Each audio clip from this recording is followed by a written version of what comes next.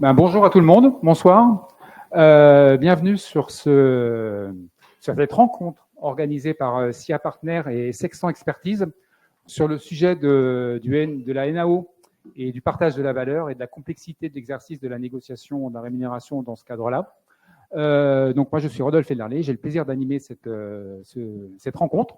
Bienvenue à vous dans la salle, bienvenue à vous en live sur Livestorm dans le chat, vous êtes nombreux, merci à vous.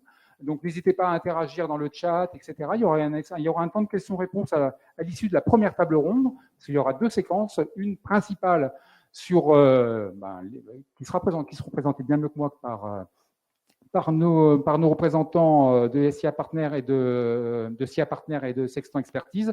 Donc il y aura deux séquences, une première principale sur l'exercice en propre de la négo de façon générale, et ensuite on aura une séquence sur le forfait mobilité durable. Je ne veux pas être plus long, je passe la parole donc à SIA Partners, à Marie Bouni et à Christian Pellet de Sextant Expertise et Olivier Kuhn, excuse-moi, de Sextant Expertise, qui vont vous mettre dans le bain au regard de l'étude qu'ils ont menée sur un gros volume d'accords, rémunération et donc un peu la subscientifique moelle pour planter le décor. Bonjour, bonsoir à toutes et à tous. Merci d'être avec nous ce soir pour cette soirée débat, donc autant pour les personnes en distanciel qu'en présentiel.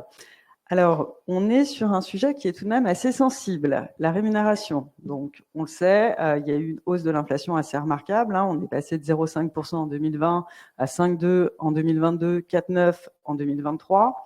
Dès lors, cela a eu un impact très fort sur le pouvoir d'achat des salariés, spécialement dans un contexte de marché du travail en tension, 7 recrutements sur 10 étant qualifiés de difficiles par les entreprises. Donc, un sujet où les négociations ont pris une ampleur particulière, des négociations qui ont pu être qualifiées par des DRH comme des négociations sur les NAO qui ont pu être qualifiées par les DRH comme la mère de toutes les batailles. Et pour adresser ce sujet, on a voulu renouveler une expérience, car avec Sextant, nous avions déjà réalisé une étude sur l'égalité professionnelle, une étude spécifique, puisque pour réaliser cette étude, nous avions déjà utilisé de l'intelligence artificielle. Et là, on s'est dit qu'on allait s'attaquer à la montagne. Et la montagne, c'est les accords en matière de rémunération. On aura tout à l'heure une présentation sur ce point. Mais c'était important pour nous, pour nos deux cabinets, de travailler ensemble sur ce sujet-là, car les NAO, eh bien évidemment, c'est issu du dialogue social. Les accords qui sont signés par les partenaires sociaux. Et avoir un regard croisé sur cette dimension nous a paru fondamental. Je laisse la parole à Christian. Oui, et donc c'est un peu l'objet de cette rencontre, c'est de confronter les points de vue, de façon à peut-être mettre un peu plus d'intelligence dans l'abord de cette question difficile, parce que ce qui nous a beaucoup surpris en fait dans l'analyse des accords de rémunération que nous avons faite, c'est qu'en définitive, on s'est rendu compte que c'était pas une modalité si répandue que ça pour faire évoluer les rémunérations. Ça existe dans les grandes entreprises, ça existe dans une partie des entreprises de taille intermédiaire. Par contre, dès qu'on touche les PME, c'est le désert en fait. Donc, et c'est le désert beaucoup plus que le désert syndical. C'est-à-dire qu'il peut y avoir des organisations syndicales présentes, mais même quand il y en a, ça négocie pas, ou alors ça conclut pas, on ne sait pas trop, à vrai dire. Mais donc voilà, donc on s'est posé des questions sur pourquoi, comment ça pouvait s'expliquer. Donc cette négociation, elle touche à de nombreux sujets, on va le voir. Elle peut être perçue comme relativement complexe. Voilà, mais ça vaudrait le coup, et je fais peut-être un appel aux chercheurs pour s'il y en a, pour s'intéresser au sujet, parce que c'est quand même paradoxal que cette mère de toutes les batailles, cette négociation annuelle obligatoire, cette première négociation annuelle obligatoire, qui existe dans le Code du travail depuis si longtemps, en pratique, c'est pas une réalité qui concerne tout le monde en fait. Voilà, donc ça c'était un des constats importants de l'étude qu'on a menée avec SIA, voilà, dont les résultats détaillés ont été présentés en décembre 2023. Donc on enverra aux personnes qui nous font la gentillesse d'être présents aujourd'hui, on enverra les résultats de cette première phase. Voilà, donc alors on avait fait un truc, mais il était un peu complexe dans l'organisation. C'est à toi, Marie. Tout à fait. En fait, par rapport au résultat qu'on a eu, on s'est dit qu'on voulait poursuivre et qu'on voulait poursuivre les échanges. Et notamment, on a choisi d'organiser cette table ronde au travers de 2 thématiques. Comment parvenir à un compromis salarial en envisageant la rémunération dans sa globalité? Donc, vaste sujet, ça fera l'objet des premiers débats de notre table ronde. Et deuxième sujet, parce que notamment les résultats de l'étude, on reviendra dessus, montrent que la montagne est encore à gravir sur les sujets de la transition écologique et de la mobilité durable. Quel succès pour le forfait mobilité durable? Je laisse maintenant à nouveau, effectivement, Christian présenter les participants. Oui, alors donc Olivier va dire un petit mot pour introduire le premier thème. Ça va être très rapide. Et puis après, on va laisser les personnes que nous avons invitées, qu'on remercie pour leur présence, débattre en fait du sujet.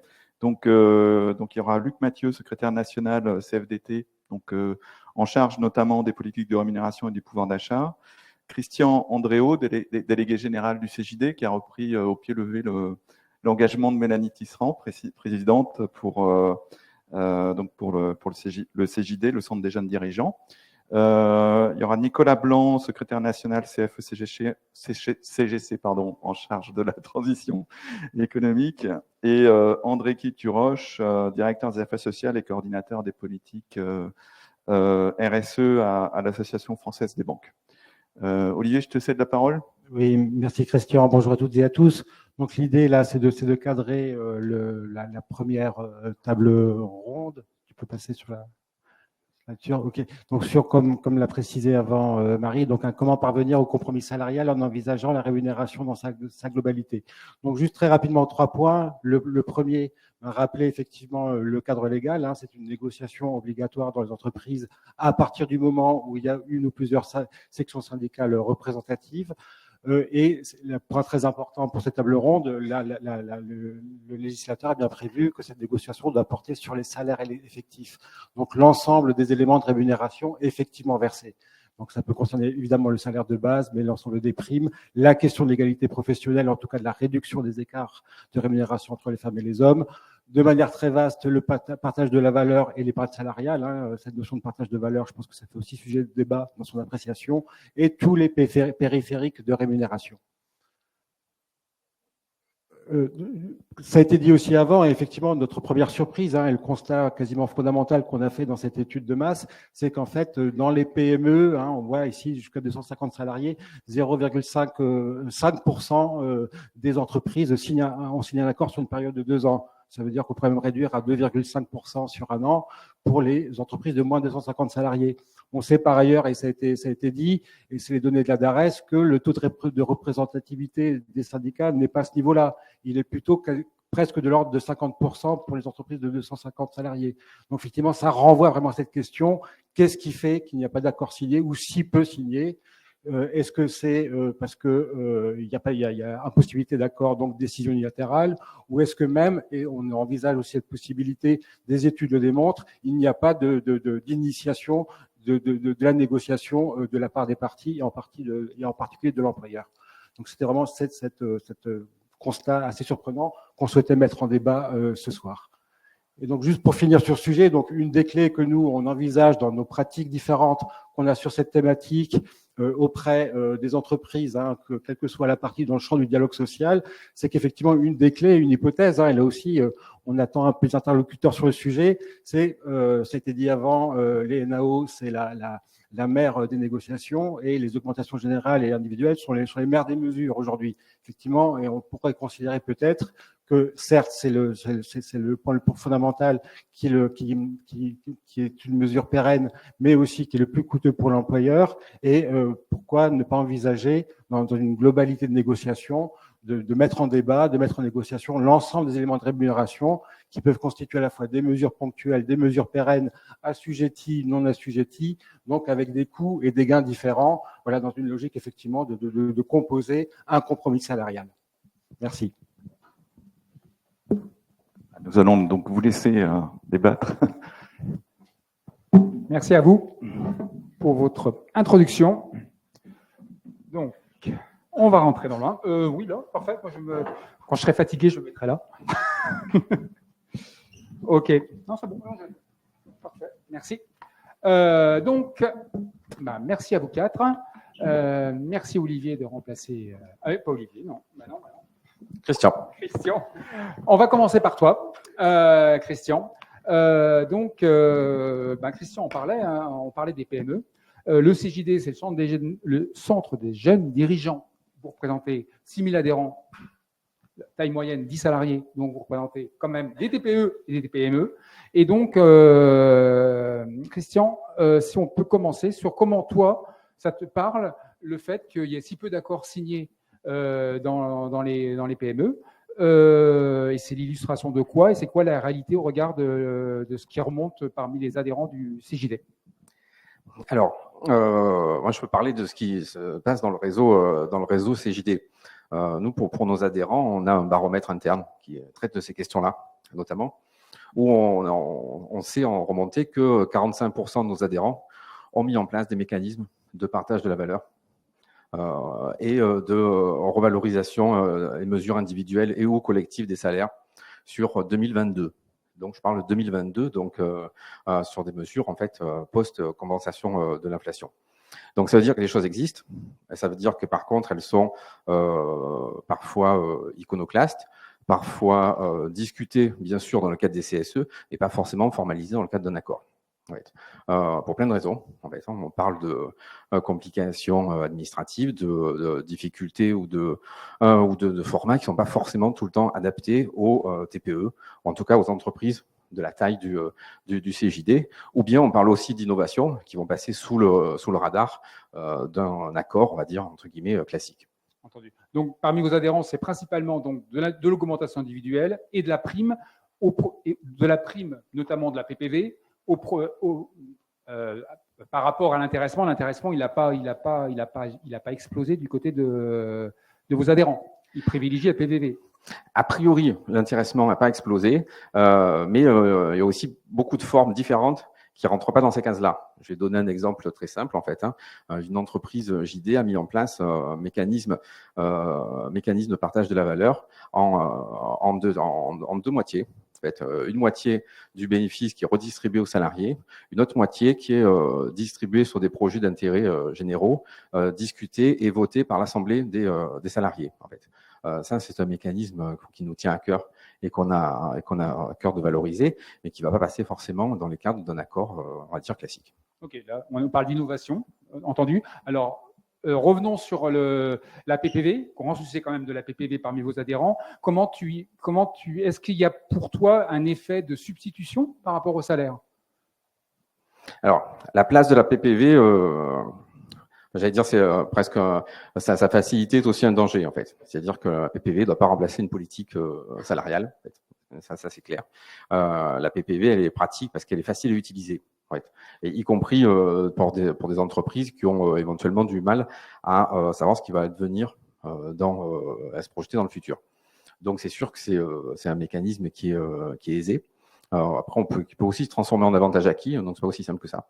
Mais en tout cas, qui ne doit pas se substituer, selon nous, à une politique salariale. Ça, c'est sûr. Et sachant que les conditions de la PPV en 2024 sont beaucoup moins intéressantes pour les moins de 50, pour les salaires supérieurs à 3 fois le SMIC. Donc, est-ce que ça va amener vos adhérents à rentrer peut-être dans des logiques d'intéressement? Nous, ce qui motive les adhérents, c'est beaucoup plus la flexibilité, on va dire la facilité administrative de manier la PPV plutôt que des enjeux de fiscalité ou de défiscalisation.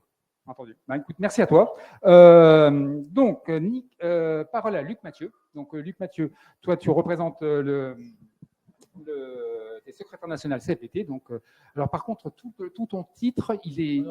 OK.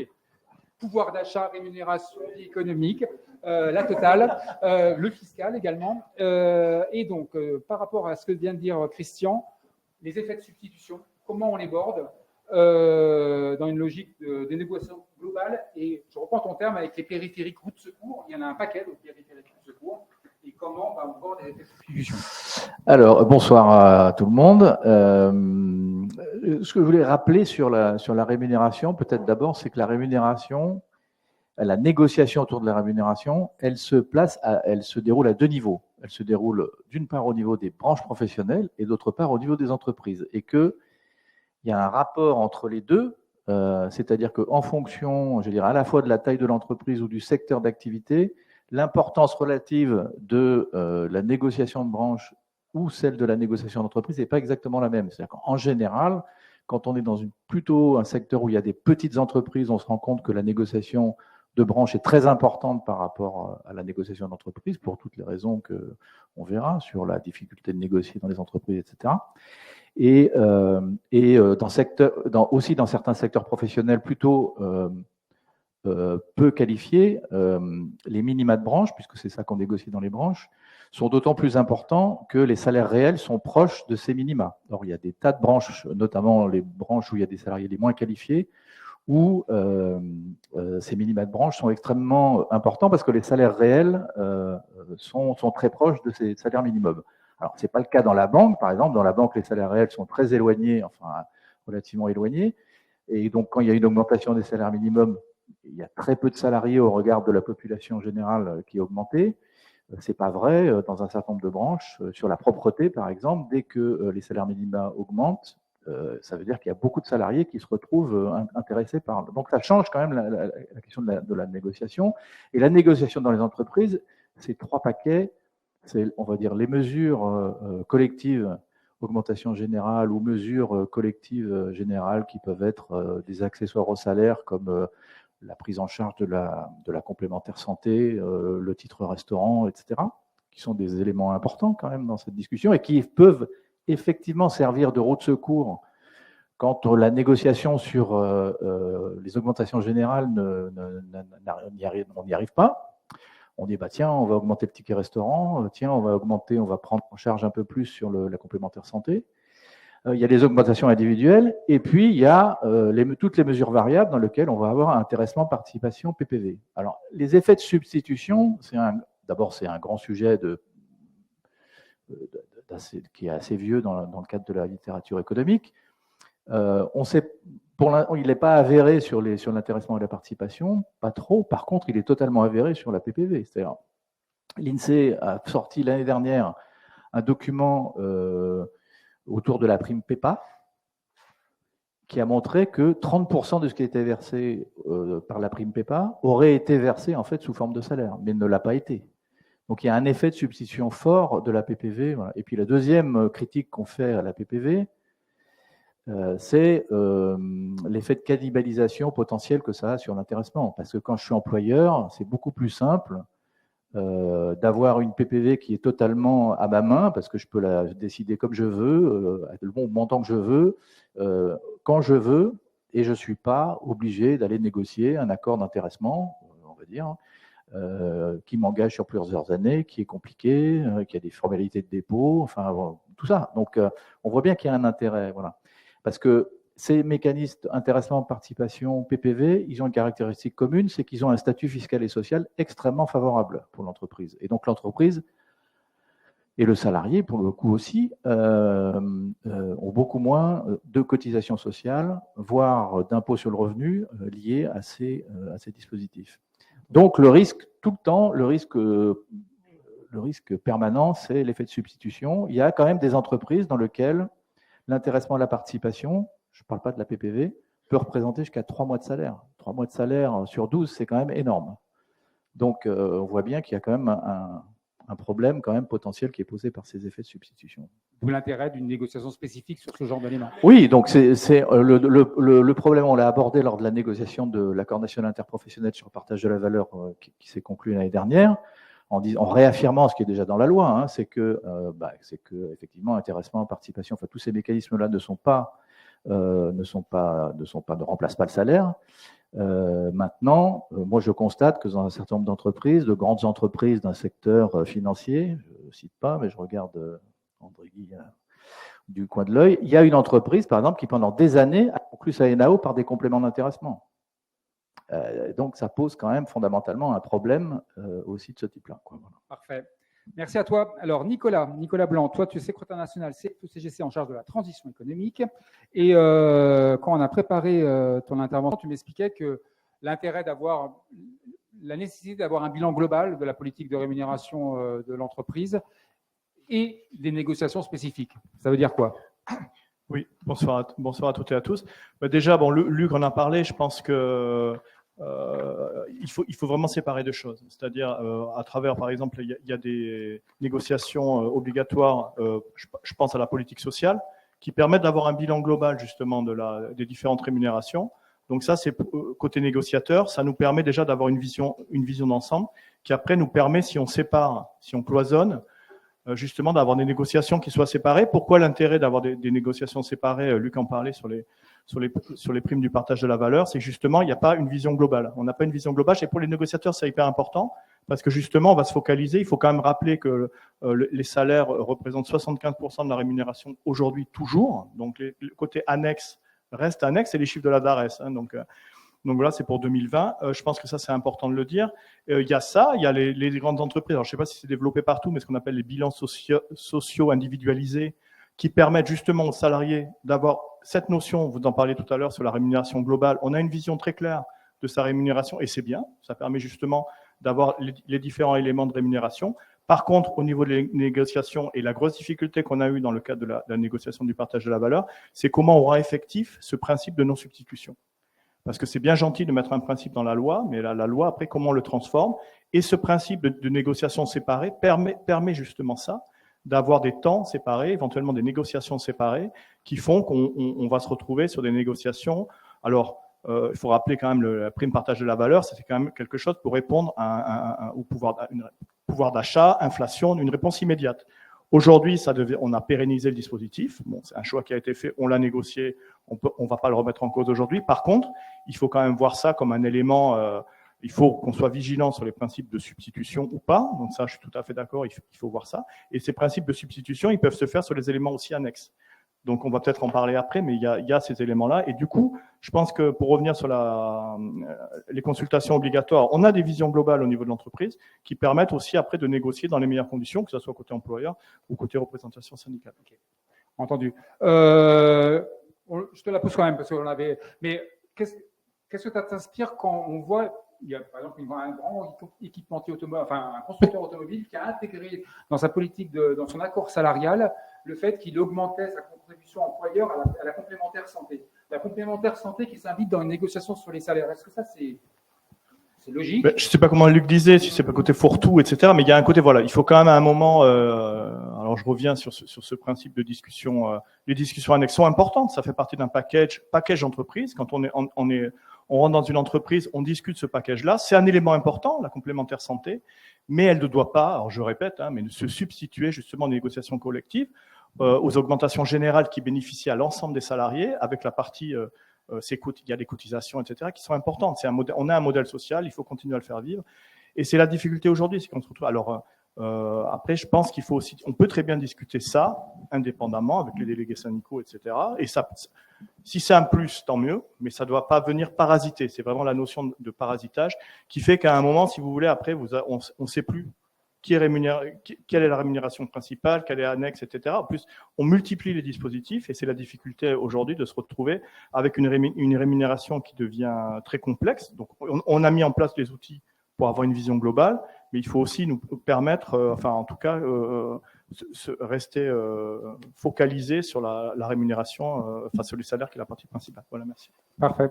Merci. Alors, André Guitura, je vais me permettre de tutoyer parce que donc tu es directeur des relations sociales et de la coordination des politiques RSE donc à l'AFB, donc l'Association française des banques. Et donc tu m'expliquais que forcément les employeurs quand ils rentrent en négo, ils ont une approche globale, ils ont une enveloppe globale très clairement identifiée. Et comme Luc, attends, c'est toi que tu parlais du BSI. Les salariés, excuse-moi, Nicolas parlait du BSI, du bilan social individualisé, notamment dans les grandes banques. Je suppose que l'ensemble des salariés, la quasi-majorité des salariés bénéficient d'un BSI, donc d'une vue globale. Et donc ça t'amène voilà, une enveloppe globale. Donc à partir de là, comment justement on évite les effets de substitution. Voilà. Donc bonjour à tous. Alors On a effectivement, je pense, un point commun où on est d'accord, c'est qu'il faut avoir cette approche globale de la grande diversité des types de rémunération du salarié dans l'entreprise. Et le salarié doit la connaître. Et ça, c'est un point, je pense, qui est partagé. Ensuite, deuxième point, sur cette problématique de non-substitution et d'enveloppe globale, effectivement, il faut être clair. L'employeur, lui, à la base, il a une vision globale. Il prend tout l'ensemble des rémunérations, il met ça dans une grande boîte et il voit combien ça pèse par rapport à ses investissements, ses dépenses, etc. Donc, vouloir nier ce constat de départ, je pense que c'est un peu faire fausse route, puisque de toute façon, l'employeur fonctionne comme ça. Et il est un peu obligé de faire comme ça. Donc, il ne séparera dans sa tête jamais, on peut mettre ça en 8 négociations séparées. In fine, à la fin, moi, il me fait un total en bout de course. Il a une vision d'ensemble, et heureusement. Donc, c'est pour ça que cette logique de non-substitution, bien évidemment, il faut éviter des sujets caricaturaux, mais il y aura de toute façon toujours cette approche d'ensemble de combien me coûtent mes salariés en masse globale. Ensuite, ce qui est peut-être intéressant, c'est de voir aussi peut-être comment il faut peut-être mieux travailler sur la séquenciation, si je puis dire, des types de rémunération, être plus clair là-dessus. Je trouve que même côté entreprise, on n'est pas toujours là-dessus exemplaire. Et peut-être sans sectionner trop les négos, en tout cas mieux les différencier. C'est vrai que moi, je verrais une approche en 3 parties, c'est-à-dire, 1, il y a le salaire que l'on touche pour son travail, qui quelque part devrait presque être le résultat d'une grille entre le métier, mon emploi, et puis finalement mon niveau de classification, à peu près. Et à la croisée des deux et de mon tableau, j'ai un salaire qui est assez logique parce que et qui d'ailleurs sert la logique de travail égal, salaire égal. J'ai un niveau de classification et donc de compétences, d'expérience, etc. Et j'ai un métier, eh bien le salaire devrait être le même sur l'ensemble de la catégorie concernée. Ensuite, il y a une deuxième partie qu'il faut bien distinguer, c'est la partie de la performance individuelle. On doit rémunérer la performance individuelle avec là aussi un système clair et le plus objectivable possible, même si on sait bien que c'est compliqué. Et ça se négocie moins, puisque à part négocier un peu l'enveloppe globale, encore que je rappelle, on ne négocie jamais vraiment l'enveloppe globale, c'est ce qu'a décidé l'employeur à peu près de donner. Voilà. Eh bien, c'est une deuxième partie. Et puis, il y a la troisième partie qui est ce que je dirais la rémunération autour du collectif. On peut l'appeler partage de la valeur, on peut l'appeler, la part finalement qui correspond à ce que produit l'entreprise en global et de quelle façon elle associe les salariés à sa démarche d'ensemble. Une entreprise, c'est un collectif. Et donc, là, il y a 2 approches. Soit on dit c'est un collectif, mais en réalité, le salarié, il est payé pour faire un truc, point barre, et puis il n'est associé à rien d'autre.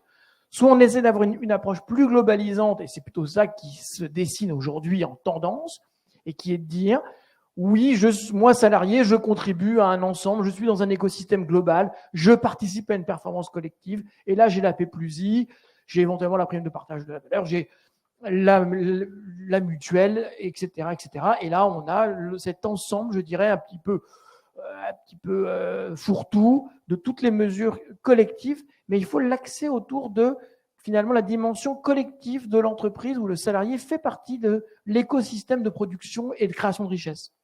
Entendu. Je vais un peu changer le fil conducteur que je vous ai proposé.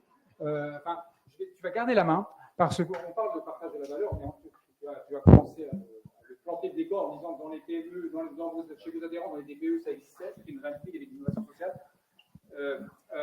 André Guy, ah oui, excusez-moi. En fait, ouais, je suis pour les André Guy, pourtant c'était clair. André Guy, donc sur le sujet quand on préparait l'entretien, tu me disais que la loi sur le partage de la valeur, justement, il y avait des bonnes choses dedans, des innovations aussi, mais par contre, c'était potentiellement une source de complexité. Ça allait complexifier le truc, en fait. C'était pas un gage de lisibilité pour asseoir des politiques de rémunération.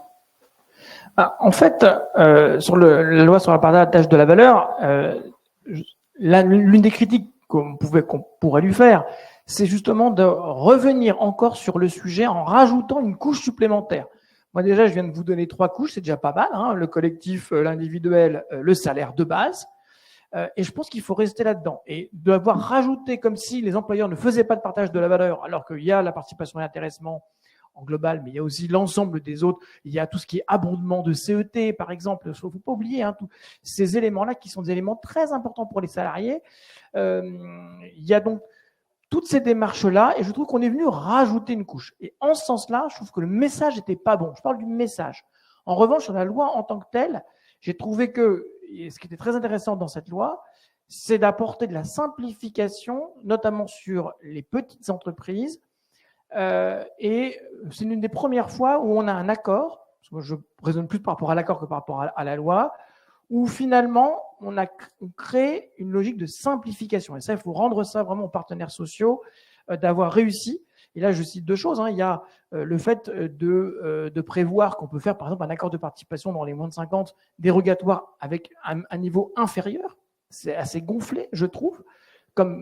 La formule peut avoir un effet inférieur, et c'est intéressant. Ça veut dire que justement, je peux débloquer ce système un peu stressant de la petite entreprise qui se dit mais moi je vais pas y arriver, etc. Et donc finalement c'est très novateur. Et puis il y a eu par exemple la création, le fait de dire vous devez faire un peu de partage de la valeur comme les grandes, mais avec le système que vous voulez, de la PPV, de la participation, de l'intéressement, ce que vous avez envie, du moment que ça crée une logique de collectif. Et ça c'est quand même très fort. Donc c'est pour ça que dans cet accord, bien sûr, je retiens quand même essentiellement ces points quand même très positifs de simplification qu'on voit trop rarement. Entendu, merci. Alors, Christian. Alors moi j'ai cadré avec Mélanie, donc mais toi tu portes la parole du CJD, que vous êtes alignés et vous parliez, a priori c'est une position que porte le CJD.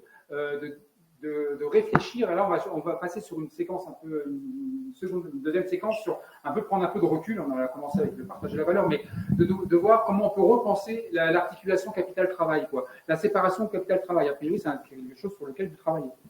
En mode peut-être SCOP ou SCOP, les sociétés coopératives ou ouvrières de production, où les salariés sont partie prenante du capital. Alors, entre autres, oui, en fait. Après, il faut jamais oublier que statut n'est pas vertu. Donc, c'est bien de réfléchir au modèle, mais après, comment ils sont appliqués en termes de gouvernance. Donc, on réfléchit et on applique aussi des mécanismes, ou on tente en tout cas des partages de gouvernance. C'est-à-dire qu'on a 2/3 des adhérents du CJD qui ont mis en place dans leurs entreprises des mécanismes ou des instances de partage de la gouvernance, en fait, que ce soit en présence des représentants des salariés au conseil d'administration, ce dont je parlais tout à l'heure, de fonds administrés collectivement, de sondages et votes sur les prises de décisions importantes, y compris sur les investissements stratégiques. Donc, toutes ces décisions-là, pour nous, elles participent du mécanisme global de mieux répartir en fait la richesse, y compris au sein même du capital de l'entreprise. Parfait. Nicolas, pour toi, c'est où tu mets la limite sur la rémunération du capital? C'est où on met la limite et jusqu'où elle ne doit pas aller? Grande question. Non, mais déjà, je suis tout à fait d'accord. Non, mais je représente. Non, ce que je voulais dire, c'est qu'il faut changer en gros de modèle, et faire évoluer notre modèle de croissance. Et je pense que ces modèles de gouvernance sont vraiment une bonne chose pour réfléchir de façon collective et repenser un peu la rémunération, on va dire, du capital, de façon globale, repenser la rémunération au sens large. Aujourd'hui, on le voit, c'est les rachats d'actions, en fait. La difficulté, c'est que, si vous voulez, les rachats d'actions, là, moi, je vais lancer une étude dans le cadre, on travaille avec l'Institut de recherche économique et sociale, l'IRES, on lance des études dans le cadre d'agences d'objectifs. Tous les syndicats travaillent avec l'IRES. On va lancer avec des économistes d'ailleurs une étude sur les rachats d'actions, sur l'efficacité économique. Parce que si vous voulez, c'est un peu, c'est à la fois il y a un avantage fiscal à faire ça, rachat d'actions, Est-ce qu'il y a une vraie dynamique? Moi, je veux bien entendre qu'il y a une vraie dynamique, que ça va. Bon, voilà. Est-ce qu'il ne faut pas le taxer? Parce que dans le cadre de le partage de la valeur, en fait, ce qu'on a dit, c'est qu'il y a du rachat d'actions, ça peut être un des dispositifs. Il faut un mécanisme finalement pour aussi rémunérer les salariés. Alors, c'est un peu. Ça devient compliqué parce que finalement, qu'est-ce qu'on rémunère? Vous voyez ce que je veux dire? Et ce côté opportuniste des rachats d'actions, nous, à la CFE-CGC, ça nous semble une aberration économique. Mais après, il faut la regarder. Après, moi, je veux bien entendre, etc., objectiver tout ça pour essayer de comprendre. Donc ça, c'est un premier mécanisme. Et voilà, c'est la difficulté aujourd'hui, c'est qu'on voit, on en a beaucoup discuté dans la loi de partage de la valeur. Il y a eu les surprofits, les bénéfices exceptionnels. Donc déjà, ça a été très difficile à évaluer ces bénéfices exceptionnels. Après, il y a des rachats d'actions. Est-ce que c'est pas au détriment de l'investissement, par exemple? Ça, c'est une des questions. Sans aller sur la rémunération, etc., sur l'investissement, sur le futur de l'entreprise. Est-ce qu'on va pas... Donc ça, c'est des vraies questions qu'il faut aujourd'hui regarder. Après, il faut aussi du courage politique. C'est-à-dire que les Américains l'ont fait. Je vois pas pourquoi nous, on serait pas capable de faire de la taxation. En fait, le dispositif existe toujours, mais par contre, il y a de la taxation sur ce type d'action. Et voilà. Entendu. Tristan, Oui. qui rebond. Oui, je pense qu'on peut plus éviter de se poser la question de l'impact, en fait, notamment que ce soit sur la taxation financière tout court ou sur les aspects de carbone, d'atteinte à la biodiversité, toutes ces choses-là qui doivent se discuter aussi dans le cadre d'une valeur globale partagée et décidée collectivement. Entendu.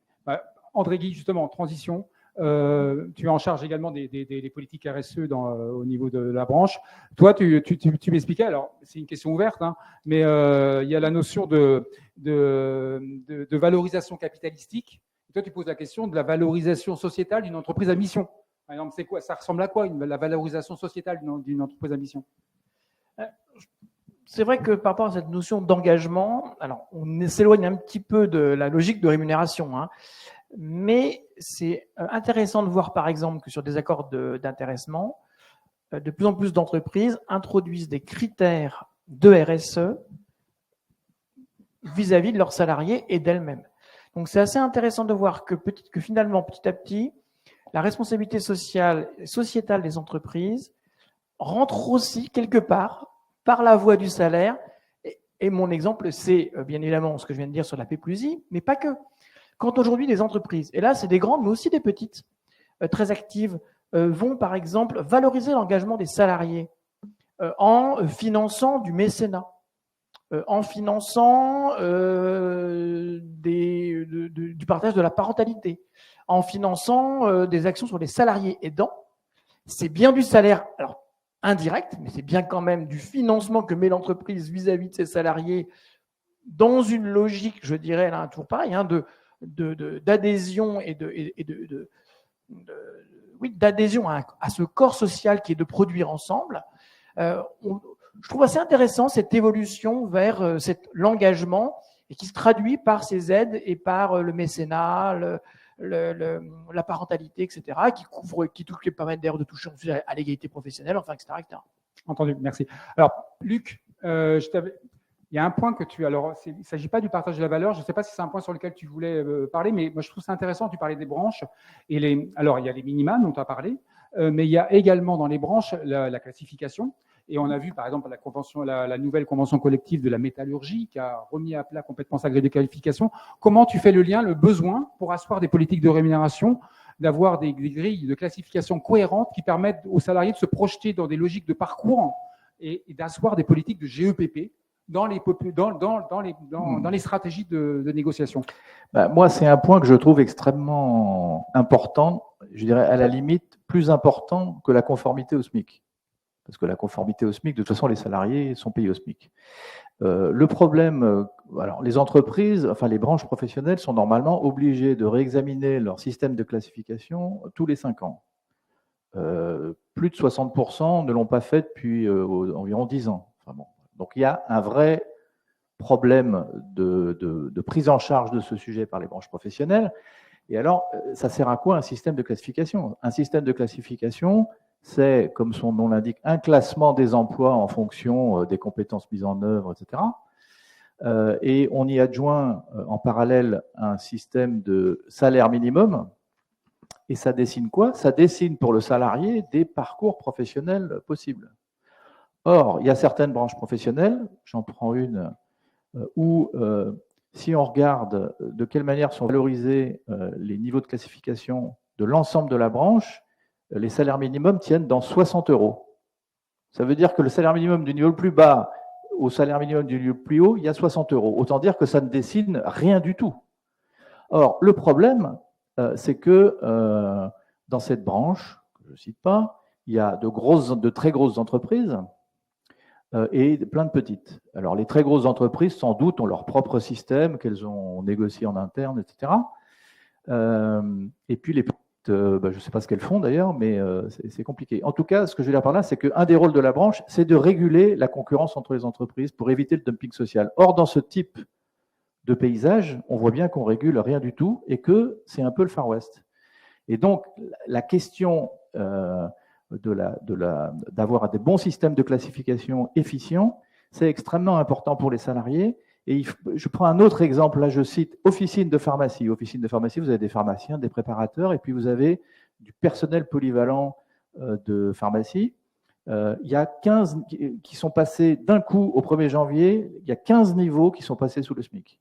Ça veut dire quoi? Ça veut dire que, et si vous regardez les montants, le salaire minimum de ces différents niveaux, en passant d'un niveau à un autre, il y a 1 centime de différence d'un niveau à l'autre, et il faut entre 2 et 3 ans pour franchir d'un niveau. Vous voyez ce que je veux dire? Ça veut dire qu'en 30 ans, votre salaire de référence, c'est le SMIC. Ça montre bien qu'il y a un vrai problème, et ça me paraît extrêmement important, d'autant plus quand on est dans des branches professionnelles où il y a des métiers, des problèmes d'attractivité de métiers, etc., de retravailler sur ces sujets. Les entreprises qui sont engagées c'est déjà une obligation légale, mais elles se sont réengagées dans l'ANI partage de la valeur, de revoir leur système, d'engager des négociations avant le 31 décembre de l'année dernière. Je peux vous dire qu'il s'est à peu près rien passé. Donc, il y a quand même un petit caillou dans le champ des organisations patronales, parce que ça me semble être un des nœuds des difficultés pour la dynamique salariale, etc. S'il n'y a pas des branches professionnelles qui ont des systèmes de classification optimum, enfin qui en tout cas corrects, ça devient beaucoup plus difficile de négocier les salaires. C'est pour ça qu'il faut absolument y arriver. Alors, pour un autre sujet, on va conclure avec toi avant de passer à la question-réponse. Avec toi, Christian, vous innovez.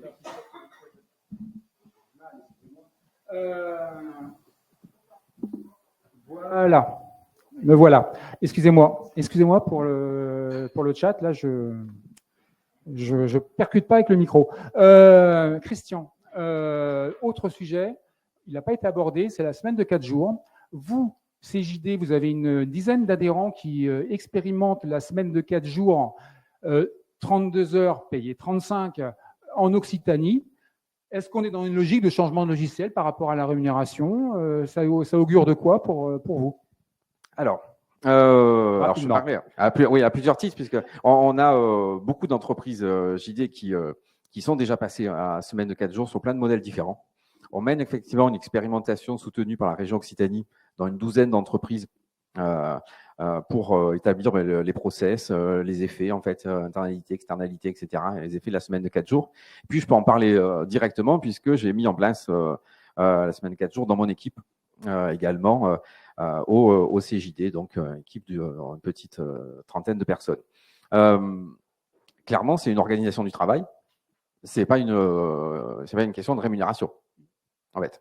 Donc, on est sur, à mon avis, quelque chose qui va s'installer progressivement, meilleur équilibre vie pro, vie perso, la possibilité de contribuer autrement à la vie sociale. J'ai toute une partie des personnes, compris dans mon équipe, qui s'engagent dans du bénévolat, qui font de l'utilité sociale, avec des modèles très différents, avec la possibilité de consacrer du temps à sa famille ou à des projets. Je pense qu'on va vers là et que c'est une très bonne chose. Je pense que ça rentre dans tout un tas de dispositifs qu'on peut agréger autour de la rémunération, mais ce qui ne change pas la rémunération directement. Entendu. Bon, en tout cas, ça n'épuise pas, ça n'empêche pas une négociation. salariale. Absolument pas. Absolument pas. Après, ça rentre vraiment dans le futur du travail et dans ce qu'on veut faire et la place qu'on veut accorder au travail dans le futur. Entendu, merci. On va passer aux questions-réponses. Alors, il y a des questions dans le chat, alors qui vont être portées par Sébastien et Isabelle, excusez-moi, de SIA Partners et de Section Expertise. Mais avant ça, peut-être dans la salle, quelques rebonds. N'hésitez pas. Allez-y. Il y a un micro qui arrive. Oui, je revenais sur la semaine des 4 jours. Vous parliez de plusieurs façons de le mettre en place. On peut avoir quelques idées et comment c'est perçu côté direction sur la gestion que ça génère pour organiser le travail selon la taille des différents services. On peut avoir des services composés de 2 personnes, comment on fait, d'autres services ils sont 50. Tout nouveau pour nous ce point-là et on voudrait vraiment le pousser. Alors, il y a un petit peu autant de modèles que d'entreprises et d'activités. En fait, moi personnellement, hein, je suis parti dans mon équipe de semaines de 4 jours pour 5 jours de service aux adhérents. Donc il y a des rotations par service. Donc il y a un effet d'annualisation aussi, avec des périodes creuses ou des périodes de rattrapage. Donc il y a des mécanismes en fait d'adresse mail type qui renvoient de service en service, de dépersonnalisation et de rotation sur les plannings. Tout part vraiment d'un semainier géant en fait où tout le monde place ses choix et commence là c'est un vrai élément de négociation en fait. Donc il y a d'autres entreprises, d'autres modèles qui ont réduit le nombre d'heures par journée. Etc. En fait. Et là, vraiment, moi, à l'heure actuelle, j'ai un accord temporaire avec une enquête RPS, semaine, 15 jours, 6 semaines, etc., pour voir service par service, salarié par salarié, comment c'est vécu, comment ça se met en place, là où on a des trous dans la raquette, éventuellement, etc. Mais ça nécessite vraiment, on passe pas du jour au lendemain, comme ça, en claquant des doigts. Il y a un effet de négociation qui est très important, planification surtout, plus. Tout à fait. Entendu. D'autres questions? Oui. Si vous pouvez vous présenter. Oui, bonjour. Donc Jean-Louis Turpin pour la FGMM CFDT. On a un modèle social aujourd'hui qui tient en partie sur les cotisations sociales. Et on le voit, on parlait de 75% de la rémunération aujourd'hui qui ne tient que sur le salaire, avec une part qui a tendance à diminuer. Est-ce qu'on n'est pas en train de déstabiliser justement ce modèle social en créant de la rémunération périphérique qui n'est pas sujettie à cotisation sociale? Alors, question ouverte, qui veut répondre?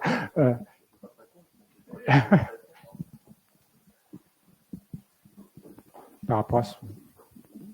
Alors moi, je pense que j'ai été clair là-dessus sur le fait que pour nous, en tout cas, le salaire reste vraiment le socle, en fait, au-delà des mécanismes dont on a pu parler. En fait. Mais ce qui ne vaut que pour notre échelle d'entreprise. Alors il y a un petit rebond. Oui. Alors, bien évidemment, le salaire restera toujours la base. Après, il faut quand même savoir que c'est la partie la plus taxée parmi tous les revenus qu'on puisse trouver en France, les revenus du capital, les revenus de remplacement, etc. etc. C'est le salaire qui est le plus lourdement taxé et donc intégrer une logique qui allège à un moment un petit peu le coût salarial pour redonner un peu de pouvoir d'achat, ça se discute. Alors après, ça devient un sujet très politique, et c'est bien évidemment, je ne rentrerai pas dans ce sujet-là, mais il faut juste quand même avoir en tête le niveau de taxation aujourd'hui et la différence entre le salaire, ce que verse l'entreprise et ce que touche réellement le salarié après impôt. L'écart, il est je ne veux pas dire de bêtises en termes de pourcentage, mais il est énorme. Et donc finalement, réintégrer un salaire qui rapporte un peu plus, ça, en tout cas, ça se discute. Alors rapidement, pour qu'on puisse pas avoir le chat. Oui, ouais, Luc. très vite, dire que je vais répondre différemment. Je je pense que la plus grande source de privation de cotisations sociales, ce sont les allègements généraux sur les salaires, entre 1 et 1,3 fois le SMIC, entre inférieur à 1,6, inférieur à 2,5, inférieur à 3,5 SMIC. Ça, c'est plus de 70 milliards par an. Donc c'est ça, la vraie source d'affaiblissement de la protection sociale. Ce sont d'abord ça, avec des allègements de cotisations qu'il convient de réinterroger parce qu'on les a mis en place pour favoriser l'emploi, la compétitivité des entreprises. Quand on regarde bien, et toutes les études le concluent, il y a encore une étude, une enquête parlementaire qui l'a montré il n'y a pas très longtemps, notamment les allègements au-delà de 2,5, enfin jusqu'à entre 1,6 et 2,5 et au-delà de 2,5 fois le SMIC, ça ne produit rien en termes d'emploi et de compétitivité. Donc il y a dans notre pays, les employeurs disent toujours on est le pays le plus taxé en matière, etc., ce qui est sans doute vrai, mais c'est aussi le pays où il y a le plus de subventions directes aux entreprises. Et donc la question, c'est la question de l'équilibre entre les deux, et on a beaucoup enlevé en termes de taxation quand même, notamment les impôts de production qui ont été considérablement allégés pour les entreprises, donc supprimés même, il convient de revoir, enfin c'est pas tout à fait, mais bon, ça ne va pas tarder, il convient de revoir cet équilibre-là. Voilà, en tout cas, la question des allègements de cotisation est importante. Oui, juste en complément, non, mais c'est ce qu'on appelle la trappe à bas salaire. C'est un peu la difficulté qu'on a aujourd'hui. Il faut savoir, alors c'est un peu, il y a beaucoup de chiffres, mais on est à peu près à 20% de salariés autour du SMIC, et c'est la difficulté, c'est qu'est-ce qu'on veut faire derrière, et en termes de productivité, de compétitivité, etc. Non, il faut aller vers les salaires à haute qualification, etc. Et là, on fait tout l'inverse, et c'est vraiment la difficulté. Donc voilà, en complément. Alors, les échos du chat avec toi, Isabelle, Nicolas et Sébastien Vernet de SIA Partner. Alors, toi. Je vais commencer par quelques questions un peu générales sur la négociation elle-même. On a un groupe de questions autour des argumentaires pour pouvoir négocier cette année, particulièrement avec la question de l'inflation, quel taux d'inflation retenir. Et quels arguments peut-on trouver lorsque la masse salariale ne fait que diminuer par rapport au CA et aux bénéfices? Alors, regardez là en magasin. Sébastien. Et puis, il y a eu pas mal de discussions autour de la rémunération du travail et du capital. Il y a une question dans le chat sur les dispositifs qui permettent aux salariés d'accéder à l'actionnariat salarié via des FCPE notamment. Est-ce que d'après vous, ça peut être un complément de rémunération intéressant? Alors, sur la première d'Isabelle, oui. Et puis après, il y en aura d'autres. Alors, on n'aura pas le temps. Il y a aussi pas mal d'éléments sur la RSE et comment l'intégrer dans la négociation. Mais sur la négociation, moi, je voulais dire, moi, ce que je remarque, c'est qu'il y a eu quand même un affaiblissement de la technicité autour de la négociation des salaires. Moi, quand j'ai commencé en tant que délégué syndical, il y avait des gens qui étaient spécialisés de la négociation, de la négo salaire et qui étaient extrêmement techniques sur le contenu. Là, aujourd'hui, on en revient quand même, qu'on soit dans les branches ou dans les entreprises, autour d'une espèce de discussion de marchand de tapis autour du taux de l'inflation. Ça se résume à ça. Or, normalement, la négociation, elle est beaucoup plus complexe que ça. Et donc, je pense qu'il y a, parmi les choses qu'il faudrait revoir, c'est la formation technique autour des questions de rémunération. Alors, bien sûr, les cabinets des CSE peuvent aider les équipes syndicales à travailler ce sujet-là, mais je pense qu'il y a à la fois du côté des RH et à la fois du côté des organisations syndicales un réarmement, si je peux me permettre, un réarmement technique à prévoir sur la question de la rémunération. Si je peux faire un petit complément, non, je suis tout à fait d'accord. Enfin, nous, ce qu'on essaie de faire à la CFE-CGC, c'est on réunit nos négociateurs de branche, on prend nos chiffres, parce que c'est un peu là, après c'est la guerre des chiffres. Aujourd'hui, on s'aperçoit que, alors c'est pas le dernier qui a parlé qui a raison, mais en tout cas, nous, on prend les chiffres de France. En général, on fait référence aux chiffres Banque de France. On informe nos négociateurs de branche, et ça si vous voulez, en termes de hiérarchie de la norme, on arrive vraiment à arriver dans les négociations de branche. Alors déjà, il y a une vraie symétrie, on va dire, de négociation, donc ça permet d'avoir, en tout cas, ils sont armés pour le faire. Au niveau de l'entreprise, c'est beaucoup plus compliqué, parce que justement, il n'y a pas ce rapport direct, là, au niveau confédéral et directement au niveau des NAO. Donc, c'est vrai que des outils qui permettent de regarder aussi la réalité des accords qui sont négociés dans des entreprises de même secteur, etc., qui permettent justement de regarder et d'avoir un peu, pas une uniformité, mais en tout cas d'avoir des grilles de lecture, de correspondance, ça peut être hyper intéressant. Et après, sur l'inflation, c'est pareil. Bon, c'est ces grandes valeurs macroéconomiques, il faut essayer d'estimer. Après, il y a ce qui est compliqué, c'est des fois, ça peut être en flottant, etc. Donc, il faut essayer déjà de décrypter. Et après, la grosse difficulté de l'inflation, c'est qu'est-ce qu'on prend derrière les indices au prix à la consommation. C'est vrai qu'il faut aussi les réfléchir en termes, je pense, juste d'énergie et de loyer, etc. Enfin, voilà, toute la partie qui peuvent parasiter aussi les réflexions.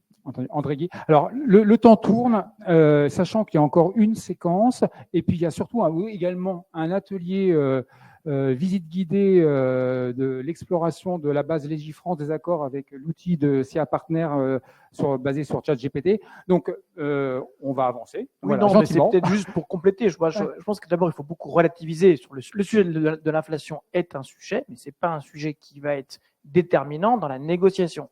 Ce qu'a fait l'inflation, c'est qu'elle a fait revenir un peu plus d'actualité les augmentations collectives sur les bas salaires, parce que là, il y a un peu une course de vitesse avec le SMIC qui est claire, et donc les entreprises sont revenues à des augmentations collectives par rapport aux bas salaires. D'ailleurs, souvent, en période de haute inflation, ça profite aux bas salaires et c'est plutôt défavorable aux plus hautes rémunérations. L'entreprise, elle raisonne différemment. Elle reste quand même sur une logique de marché. Mais l'une des questions, c'était aussi quels arguments. Parce que l'argument de l'inflation, ce n'est qu'un argument macroéconomique, comme vous l'avez dit.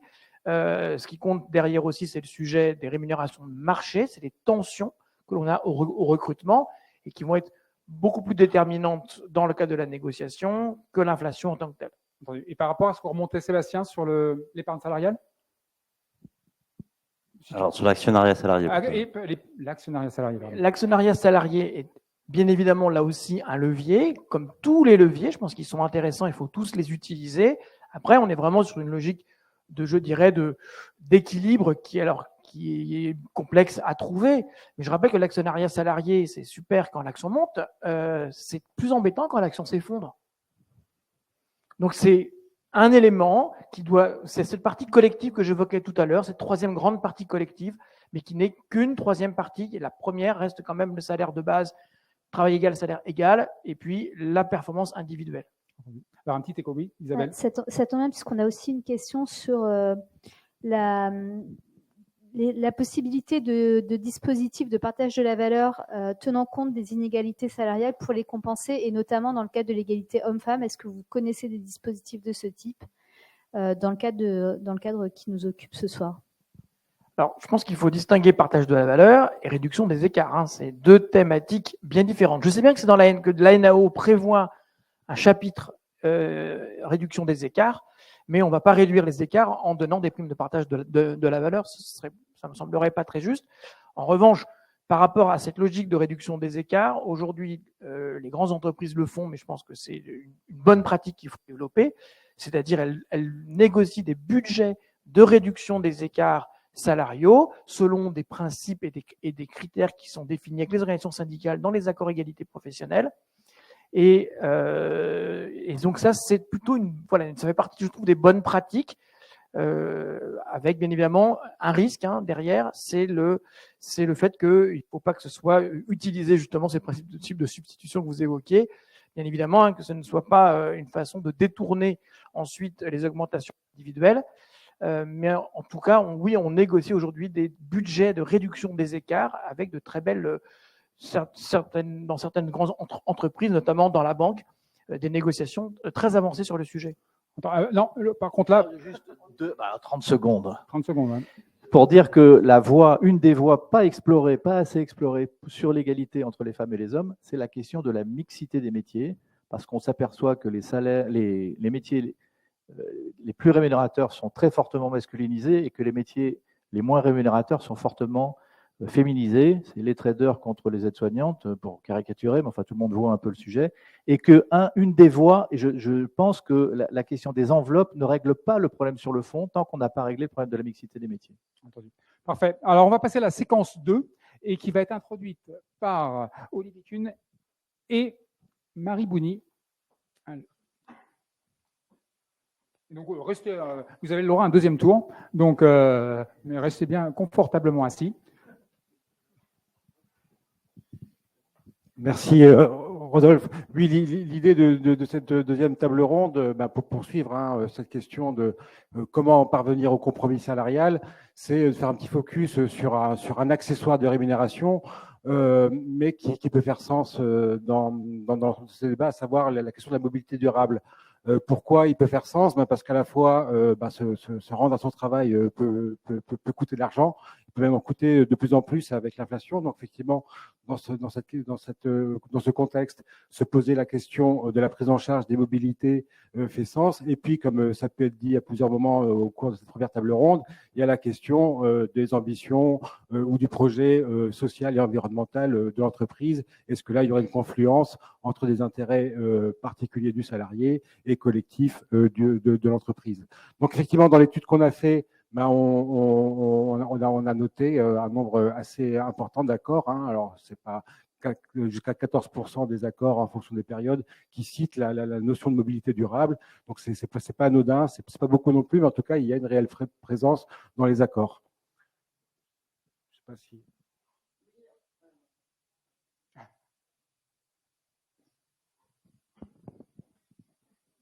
Peut-être sur la mobilité durable, pour rebondir sur ce que disait Olivier, 10% des accords, c'est des accords NAO.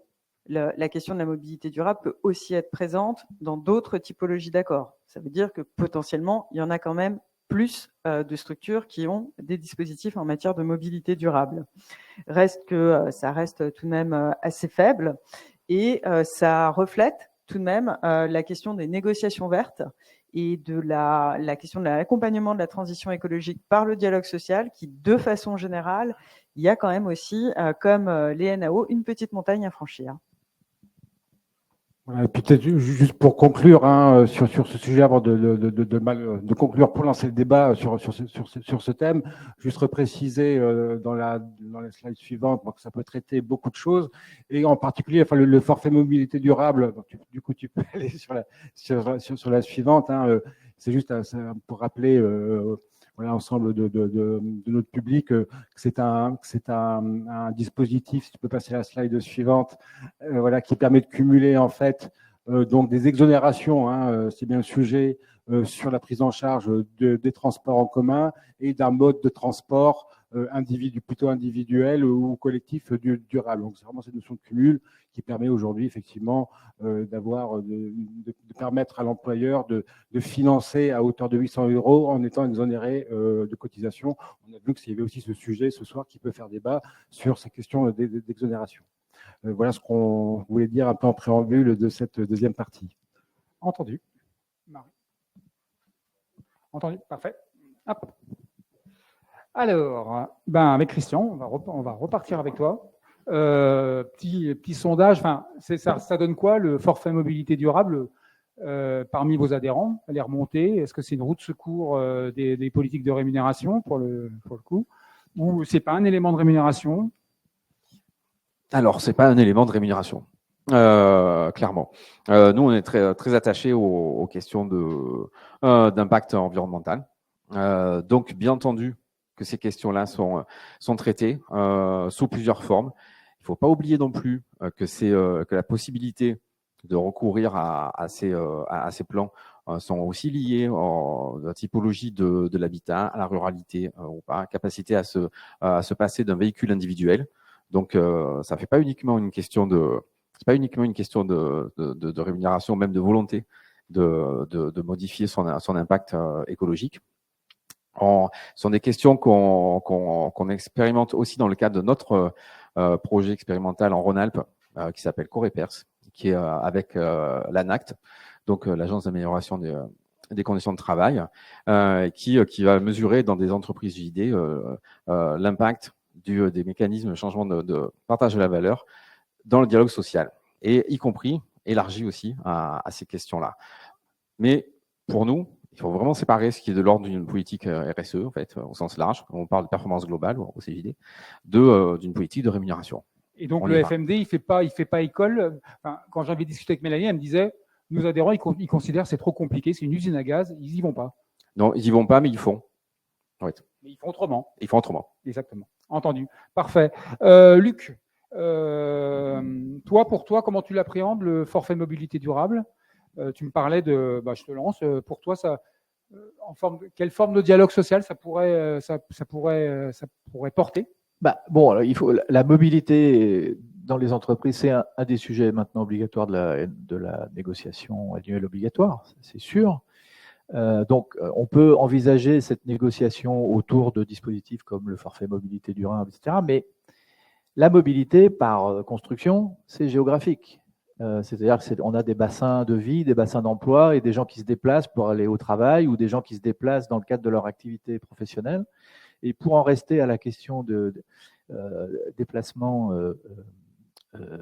domicile-travail, il y a un certain nombre de sites qui ont, au travers d'accords interentreprises, travaillé autour de sites de covoiturage, de transport mutualisé, de mutualisation, etc.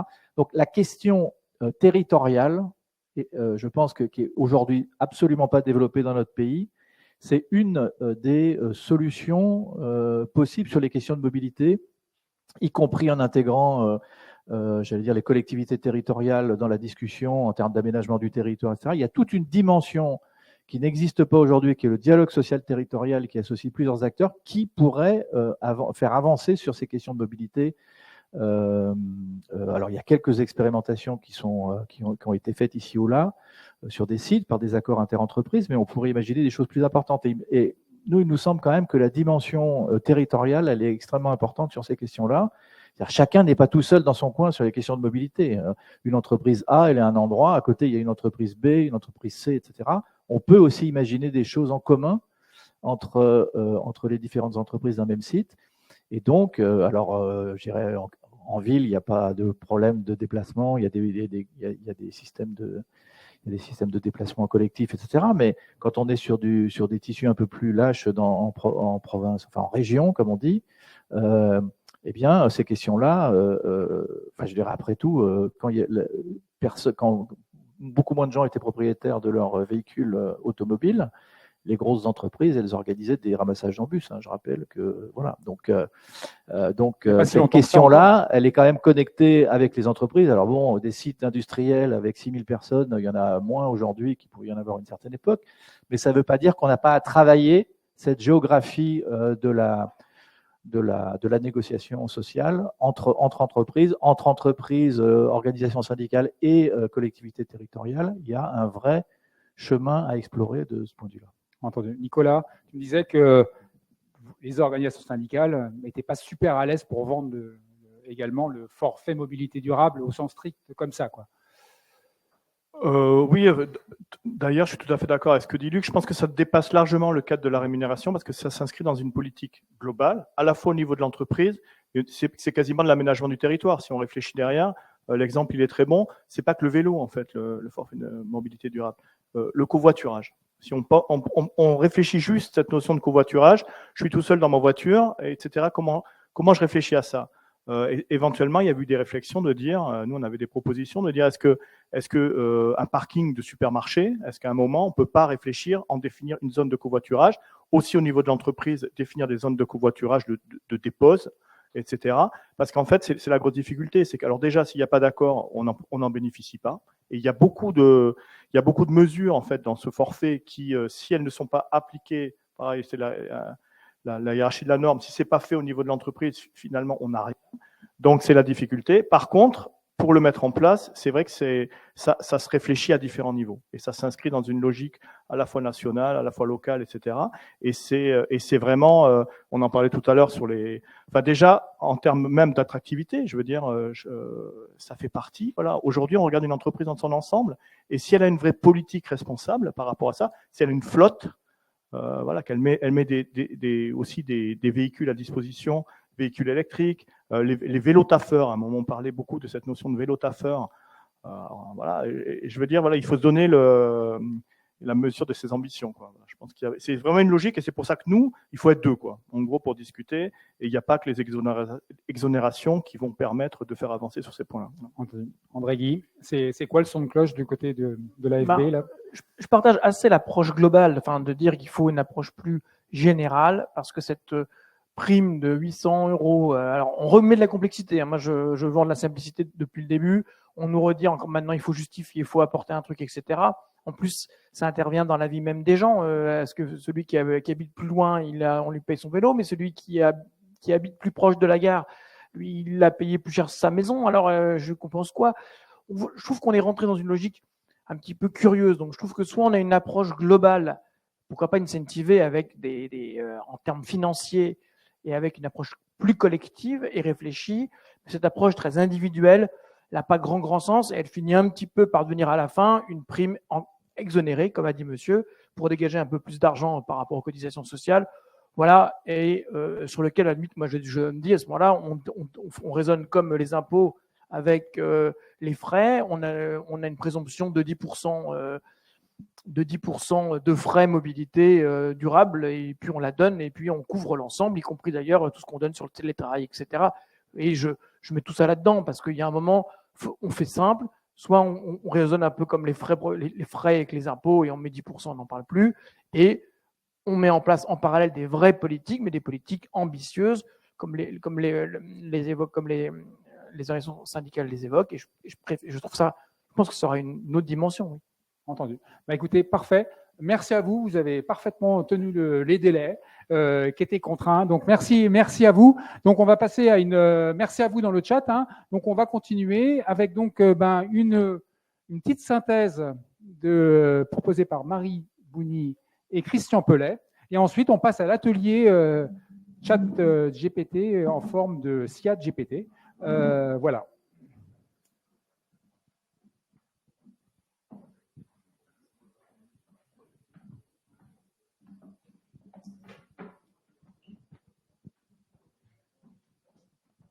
Rassurez-vous, on va être moins long que les deux tables rondes. D'autant que ce n'est pas évident de suivre le débat dans toutes les dimensions avec laquelle il a été abordé. On voit que cette question de la négociation des rémunérations est complexe. Vous avez été plusieurs à expliquer que la rareté des accords, notamment dans la PME, pouvait s'expliquer par cette complexité pour l'employeur un peu démuni de moyens, même dans les grandes entreprises, semble-t-il, le niveau technique a baissé. Le problème, c'est que, on l'a vu, la négociation de branche, c'est mal parti pour que ça remplace. Parce que quand on voit ce que vous avez évoqué, à savoir dans un certain nombre de branches, hein, c'est pas le cas de toutes les branches, l'écrasement des pyramides de rémunération, le nombre l'atonie de la négociation sur les classifications, j'ai l'impression qu'on est quand même pas bien parti pour que, en tout cas pour les PME, la négociation de branche se substitue, est un apport véritable pour la rémunération des salariés. Donc, moi, j'aurais une idée peut-être un peu provocante à proposer. Puisqu'il y a un double problème, on peut peut-être parler d'une solution. Je sais que c'est pas forcément à l'ordre du jour, ça l'était pas non plus il y a une dizaine d'années, mais c'est pas grave. Je pense qu'il faut quand même reposer la question de la conditionnalité des exonérations et des abaissements de charges des entreprises, et donner la responsabilité aux branches de conclure des accords qui permettraient aux entreprises de la branche s'il y a des accords qui résolvent les problèmes, de continuer à percevoir ces exonérations et ces abaissements de charges. Après tout, il y a d'autres sujets sur lesquels ces choses se sont faites avec succès. On voit que quand même la négociation, ça marche mieux quand il y a des incitations. On va prendre le cas des PSE. Quand on négocie autour d'un PSE, c'est plus simple pour l'employeur, c'est plus sécurisé. Et il a plus les dispositifs sont plus flexibles. Donc il a intérêt à négocier, et on observe que maintenant, la plupart des PSE sont négociés. Alors, pourquoi il ne serait pas possible de trouver, avec un peu d'imagination, des solutions qui inciteraient les parties prenantes à prendre à bras-le-corps ces questions qui sont de plus en plus criantes avec l'inflation. Voilà, donc je vous laisse ça, vous en partirez avec. Donc on l'a vu, donc cette question des rémunérations, elle est surtout le fait des grandes entreprises, des entreprises de taille intermédiaire. Sa complexité y apparaît clairement. Moi, ce que j'ai bien aimé, c'est les propos qui ont été tenus, enfin, c'est un peu normal, hein, sur la question de l'articulation possible entre le travail des CSE, le travail des organisations syndicales, sur la question de l'alimentation finalement des négociateurs en données qui leur permettent de vérifier comment la précédente NAO a été exécutée, comment se pose la question des rémunérations dans l'entreprise et pourquoi pas comment différentes mesures, options pourraient être simulées financièrement. Bon, alors c'est très bien, et bon, c'est ce qu'on essaye de faire nous en tant qu'experts dans ce genre de cas. Je peux vous dire que ça va pas de soi, hein. L'articulation comité d'entreprise, comité CSE et travail des ES, ça va pas de soi, hein. Notre code du travail, il est pas conçu pour, et un certain nombre d'employeurs, même parmi ceux qui sont les plus ouverts, sont pas favorables non plus, hein. Nous, on a été recadrés à plusieurs reprises sur le thème. Écoutez, vous êtes gentils, mais vous faites des rapports, hein. Les OS, c'est nous qui nous en occupons, mais vous, c'est pas votre boulot, quoi. Donc, alors même que c'était des demandes des OS, hein, mais bon, voilà. Donc, c'est quand même pas gagné cette histoire, même si quand même on peut faire pas mal de choses avec effectivement les consultations sur les politiques sociales. Voilà, écoutez, je vais passer la parole à Marie. Alors, peut-être pour compléter ce que vient de dire Christian, voilà, ça a été assez riche. Moi, le côté simplification, je pense qu'à un moment, c'est quand même aussi d'évidence. C'est d'évidence parce qu'aujourd'hui, les systèmes sont beaucoup trop complexes. Même si on a parlé de vision globale, quand on voit la complexité des packages de rémunération, la pédagogie qui est nécessaire pour aller sur ces sujets et les faire comprendre, ça va beaucoup trop loin. Reste que justement sur la vision globale, c'est quelque chose qui m'a beaucoup intéressé parce que effectivement aujourd'hui il y a une vision beaucoup plus élargie sur les packages de rémunération, mais même au-delà. Un ancien grand leader syndical disait parfois quand on a un emploi pas qualifié, on rentre au SMIC, mais le problème c'est d'y rester toute sa vie. Eh bien effectivement cette vision globale, au-delà de la rémunération, doit embarquer tout le modèle social des organisations, parce que, et on a pu évoquer les sujets d'égalité professionnelle, l'égalité professionnelle a également un impact sur la rémunération, les sujets de classification, de gestion des carrières, et même plus largement encore que le modèle social, et que dans la vision globale, il y a aussi aujourd'hui derrière les rémunérations une vision sociétale, notamment en lien avec l'accompagnement de la transition écologique. Et tous ces points me semblent aujourd'hui cruciaux, mais nécessitent tout de même beaucoup d'expertise, d'où l'importance de la simplification. Merci. Oui. Moi, je remercie beaucoup aux intervenants de la table ronde. On ne les a peut-être pas assez remerciés pour s'être prestés à cet exercice. Merci beaucoup. Entendu. Écoutez, on va passer maintenant à l'atelier ChatGPT, qui va être orchestré par Sébastien Verned et Romain Hanon. Et donc, vous prenez la main, comme des grands. Bonsoir à toutes et à tous. Alors, déjà, merci effectivement à tous les participants de la table ronde pour tous ces éclairages. Il y en a certains qui vont faire écho à ce qu'on va vous partager aujourd'hui. L'intelligence artificielle, aujourd'hui, on en parle beaucoup. Ça peut paraître encore un peu abstrait pour beaucoup. Et alors, quand on parle d'intelligence artificielle au service du dialogue social, ça paraît encore plus abstrait.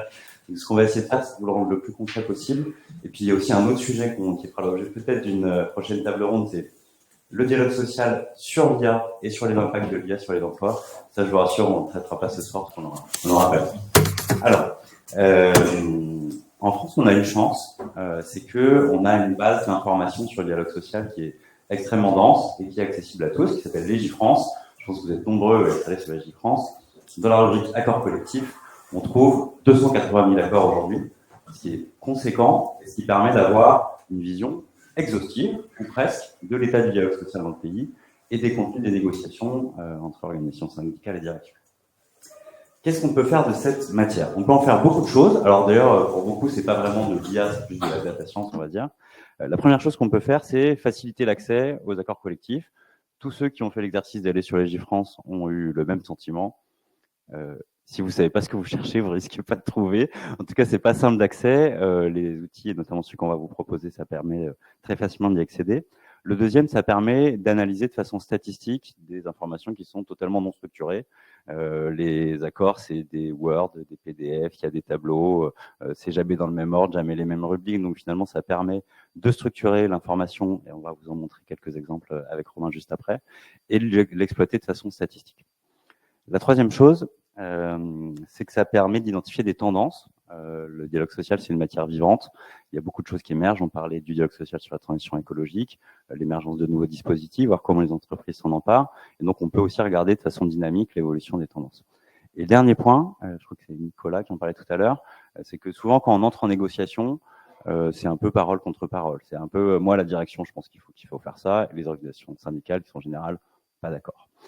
Ça permet, les outils qu'on va vous présenter, ça permet d'avoir un point de référence qui est celui du secteur d'activité, sur des tailles d'entreprises similaires, sur des régions similaires, pour aller voir ce que font les autres, et donc d'être dans une négociation, effectivement, on va parler de positionnement concurrentiel et de pratiques sectorielles, plutôt que d'opposition de principe entre organisations syndicales et direction. Concrètement, vous avez vu quelques, j'avais des slides, mais c'est pas grave. Vous avez vu quelques chiffres au fil de la présentation. Donc c'est une étude qu'on a conduite en fin d'année dernière. Comment est-ce qu'on a procédé? Concrètement, on est allé sur Légifrance. On a utilisé avec Romain des outils pour télécharger en masse un très grand nombre d'accords. On en a téléchargé 20 000 à peu près, et on les a analysés en faisant tourner des moteurs de reconnaissance linguistique. Alors, on reviendra un petit peu sur les langages, donc ça peut être celui de ChatGPT, comme on dit, mais pas seulement. Et donc, ça nous a permis d'extraire les données de façon très structurée. On va vous montrer comment ça marche concrètement. Et puis ensuite, il a fallu analyser ces données. Et j'avais une discussion tout à l'heure. Parfois, quand on parle d'intelligence artificielle, on pense que c'est un bouton, on appuie et on a notre résultat tout de suite. On en est loin, et heureusement, ça nécessite, l'analyse de ces données nécessite une vraie expertise de ce que c'est la négociation collective. Quand on parle de prime de partage de la valeur, qu'est-ce que ça implique? Quels sont les seuils? Et il y a parfois des limites à l'exercice. Quand on a publié cette étude, tout le monde nous a dit combien? Quel était le pourcentage d'augmentation qui a été accordé? On avait plein de chiffres, mais on a fait le choix de ne pas le publier parce qu'on pensait que méthodologiquement, il y avait trop de biais et que c'était une information suffisamment importante pour être solide méthodologiquement, sans rentrer dans trop de détails. Concrètement, dans un accord, on va dire on donne 3% d'augmentation pour les chauffeurs routiers. Qu'est-ce que je fais de ce 3%? Les chauffeurs routiers, ça représente combien de pourcentage de mon effectif? Comment est-ce que je fais pour sortir un chiffre global qui n'est pas une moyenne de choses non comparables? Donc, on a fait le choix de ne pas aller sur ces chiffres globaux parce qu'on voulait éviter les biais méthodologiques. Voilà pour la théorie. On vous propose de passer à la pratique. Alors, je vous présente Romain, qui est data scientist et qui a travaillé sur l'outil. Exactement, donc bonjour. Je travaille sur la solution SciaGPT, qui est une solution d'intelligence artificielle générative, à partir de laquelle on a pu récupérer les données des accords NAO pour effectuer cette étude. Donc, je vais partager mon écran.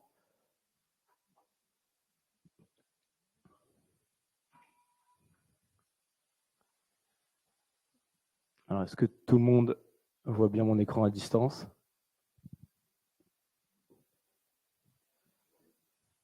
Très bien. Donc, SciaGPT, qu'est-ce que c'est? C'est une solution d'intelligence artificielle à laquelle on connecte une base de données documentaire et dans laquelle on va aller chercher des informations. Donc, globalement, l'application première et la plus simple, c'est une forme de chatbot à qui on pose des questions et qui va nous répondre grâce à son intelligence en allant récupérer l'information issue des accords. Donc, pour la première démonstration que je vais vous présenter, j'ai déposé un accord unique sur la plateforme, donc sous format PDF qu'on avait traité, qu'on a récupéré sur Légifrance sous forme de Word, on l'a un peu aménagé sous forme de PDF. J'en ai pris un au hasard de la base de données, donc voilà, groupe Orchidée, accord entreprise relative 2021. Je vais lui poser des questions, les questions qu'on a posées dans le cadre de cette étude pour récupérer les informations qui nous intéressent. Je vais lui demander par exemple que dit l'accord à propos. L'accord, il y a le petit truc dessus, donc je ne vois pas très bien. Que dit l'accord à propos de la prime de pouvoir d'achat. Donc je triche un peu parce que je sais qu'il en parle, pour montrer un cas où il sert à quelque chose.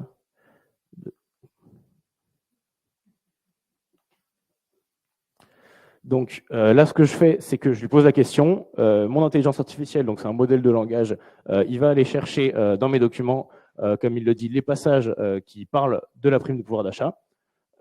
Il répond à ma question à partir de, il génère du texte qui est approprié à ma question et il me propose une réponse. Donc la réponse, c'est la suivante. L'accord mentionne que la prime de pouvoir d'achat est versée une seule fois en totalité. Et si ça m'intéresse, je peux aller regarder à quel endroit du texte il m'en parle. Et c'est ici, il s'affiche. Donc on ne voit pas très bien avec la qualité de l'écran, mais le titre de la partie en haut, là, en jaune, c'est prime exceptionnelle de pouvoir d'achat. Donc il en parle. Il me dit, globalement, il me fait un petit résumé de toute la section prime de pouvoir d'achat. Et c'est un cas de chatbot où je peux lui demander des informations sur cette prime. Dans le cadre de l'étude, c'est pas très intéressant parce que c'est compliqué à analyser tout ce texte-là. Du coup, je vais lui demander de me répondre par oui ou par non. Est-ce que l'accord en parle? Donc ici, vous avez vu, j'ai sélectionné un outil différent. Donc globalement, j'ai fait appel à un autre modèle. Et ce modèle-là va uniquement me répondre par oui ou par non, l'accord en parle. Donc je vais lui dire, l'accord mentionne-t-il une prime de pouvoir d'achat?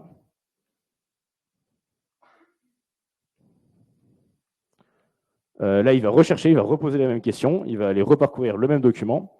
Et si tout fonctionne bien, il devrait me répondre ou par oui ou par non. Donc on espère qu'il va répondre par oui, parce qu'on vient de voir qu'il en parlait. Donc là, on voit qu'il dit oui et uniquement oui. Donc ça, c'est beaucoup plus facile à utiliser parce que si on récupère ça dans un Excel, on a juste à compter le nombre de oui, compter le nombre de non, et on a la statistique qui sort assez facilement. Et il nous renvoie aussi la source avec l'interface de chatbot, qui est évidemment la même. Donc, je peux même poser d'autres questions. Je peux lui demander la valeur. Je vais lui demander quelle est sa valeur.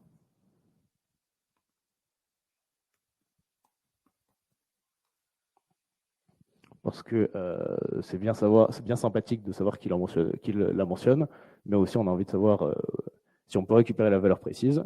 Donc, il reparcourt le document et il devrait nous donner sa valeur en euros. Donc là, j'ai sélectionné un autre modèle où je lui ai demandé de me répondre uniquement une valeur chiffrée, sans unité, sans rien, pour qu'on ait uniquement un chiffre à récupérer dans Excel. Et donc, il me dit 80. Et c'est ce qui est écrit ici. Si ceux qui arrivent à lire sur l'écran, ici, c'est écrit 80 €.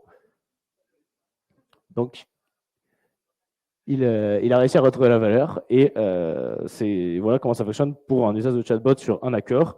Donc, ce serait un peu long de faire, comme Fabrice le dit à distance, de faire ça sur 2000 accords, parce que l'étude a été faite sur 2000 accords. Donc, on a passé du temps sur l'étude, mais pas tant de temps que ça. Donc, il y a un outil aussi sur ChatGPT qui permet de poser plusieurs questions à plusieurs accords en parallèle. Donc, c'est ce que vous voyez ici. Ici, j'ai mis pour la démonstration, j'ai mis 20 accords. Donc, c'est pas tout, parce qu'il fallait que ce soit un temps raisonnable. Mais ici, j'ai pu poser des questions en parallèle sur 20 accords différents. Donc, j'ai déposé sur la plateforme aussi 20 accords sous forme de PDF. Je les ai nommés accord 1, accord 2 jusqu'à 20. Et j'ai posé toutes les questions en parallèle. Donc, les questions sont les suivantes. L'accord mentionne-t-il des enjeux d'équité ou d'égalité femmes-hommes? Quelle est la valeur en euros d'un titre restaurant? Donc, il y a plusieurs des questions qui n'ont rien à voir entre elles. Bon, il y en a quelques-unes qui sont un peu en rapport, mais pas toutes. L'accord mentionne-t-il une prime de pouvoir d'achat? Quelle est la valeur de la prime de pouvoir d'achat? Et l'accord mentionne-t-il un dispositif de mobilité durable ou de mobilité verte? Donc, je vais poser toutes ces questions.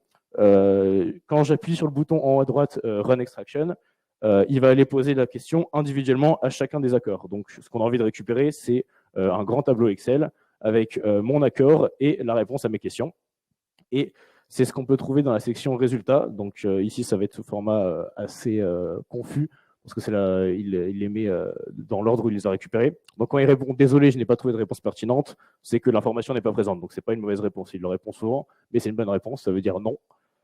Et on peut récupérer ces résultats sous forme beaucoup plus propre, sous forme d'Excel.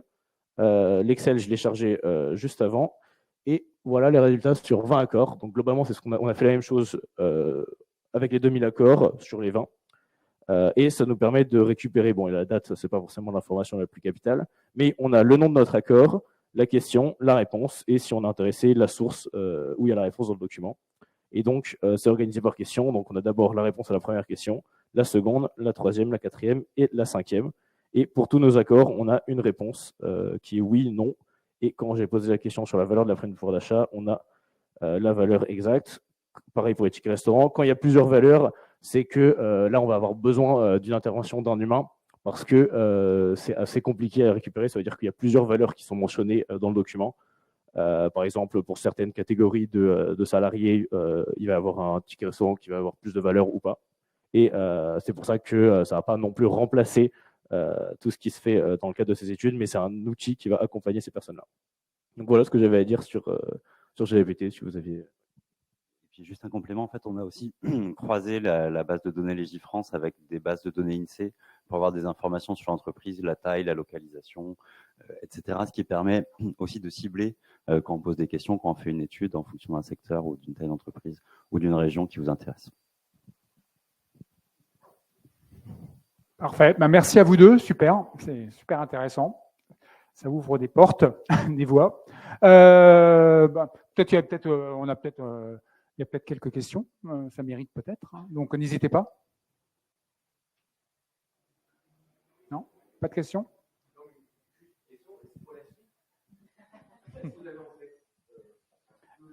La question dans la salle, pour le chat, c'est quoi la suite? Alors, beaucoup trop de choses. Non, c'est vrai que c'est assez vertigineux, en fait, les capacités de ce type d'outils. Ça fonctionne très bien. Et puis, on voit que ça progresse aussi très vite. Donc, il y a beaucoup de gens qui nous demandent un outil qu'ils peuvent prendre en main tout seul, avec une interface qui permet d'explorer, etc. Je pense qu'à ce stade, c'est encore trop tôt, parce que voilà, on a encore pas mal d'intermédiaires entre la donnée brute et la restitution. Donc, il y a ce travail-là qui est en cours. Peut-être que ce sera le cas un jour, mais j'en suis pas certain, parce que tout le risque, surtout quand on parle d'une matière potentiellement juridique, c'est de dire des bêtises. Voilà. Et on a fait beaucoup d'efforts. Alors, il y a marqué dans le document non, je ne suis pas sûr. Il faut savoir que ça, c'est un très gros travail de nos équipes de data scientists pour permettre à ce type d'outil d'accéder, d'accepter de dire qu'il ne sait pas, parce que c'est pas comme ça qu'ils sont pensés, notamment OpenAI. Donc il y a tout ce travail-là de fiabilisation de l'information qui nécessitera encore pendant quelques années peut-être de l'accompagnement et du suivi. Ce sur quoi on travaille aujourd'hui, c'est des outils de veille automatisés sur la jurisprudence, le droit social, la publication de nouveaux accords, pour que toute l'analyse qu'on fait plutôt a posteriori ou ex post sur ces données-là, elle puisse être faite en dynamique avec des systèmes d'alerte de voilà, il y a une nouvelle jurisprudence qui sort, voilà la synthèse, l'analyse, et en orientant en fonction des personnes qui sont intéressées. Et puis dans les accords collectifs, d'avoir exactement le même type de restitution qu'on aura déjà bien travaillé, mais qui s'actualise de façon la plus automatisée possible. Entendu. Écoutez, merci à vous deux. Merci à vous de votre participation dans la salle physique. Merci à votre participation sur le chat. Je vous annonce que SIA Partner et Sextant Expertise vont donc produire un livre blanc qui sera donc livré en mars, fin mars, qui agrégera donc l'étude. La rencontre que nous venons d'avoir, avec également intégrant les verbatims et les échanges quali qu'il y a eu dans le cadre de l'étude qui a été conduite. Donc voilà, une agrégation de ces trois éléments dans le cadre d'un livre blanc, donc à suivre fin mars. Donc merci à vous dans la salle physique, la salle, le chat, merci à vous. Et il y a un pot de l'amitié maintenant, mais simplement pour ceux qui sont en salle. Donc voilà, bonne soirée à tout le monde. Au revoir.